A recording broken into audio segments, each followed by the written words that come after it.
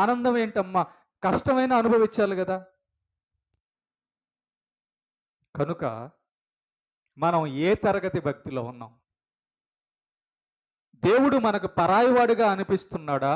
దేవుడు ఎప్పుడైనా ఒకసారి మనం వెళ్తే పర్లేదు అనిపించేవాడుగా ఉన్నాడా? లేకపోతే నిజంగా నీ గుండెల లోపల దేవుడు నా తండ్రి.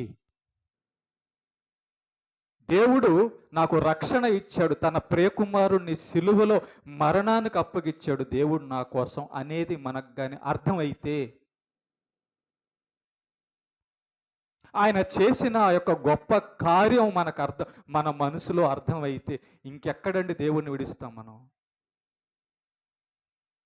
మన ఆత్మల రక్షణ కోసం పాపులైన మన కోసం తన ప్రియకుమారుడు పరిశుద్ధుడైన తన ప్రియకుమారుని సిలువకు అప్పగిచ్చాడు అని మనకు గాని అర్థమైతే,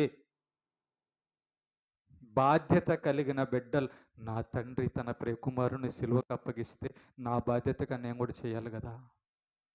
పరలోకపు మహిమను వీడి యేసు ప్రభు ఈ లోకానికి వచ్చి మనుషుల మధ్య, పాపులమైన మనుషుల మధ్య బాధలు పడితే కనీసం నా వంతు నేను చేయాలి కదా అన్న బాధ్యత రాదా?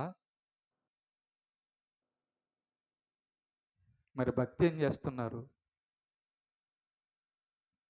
భక్తి బాధ్యతగా మారనంత వరకు ఇదిగో రొట్టె కోసమే వస్తారు.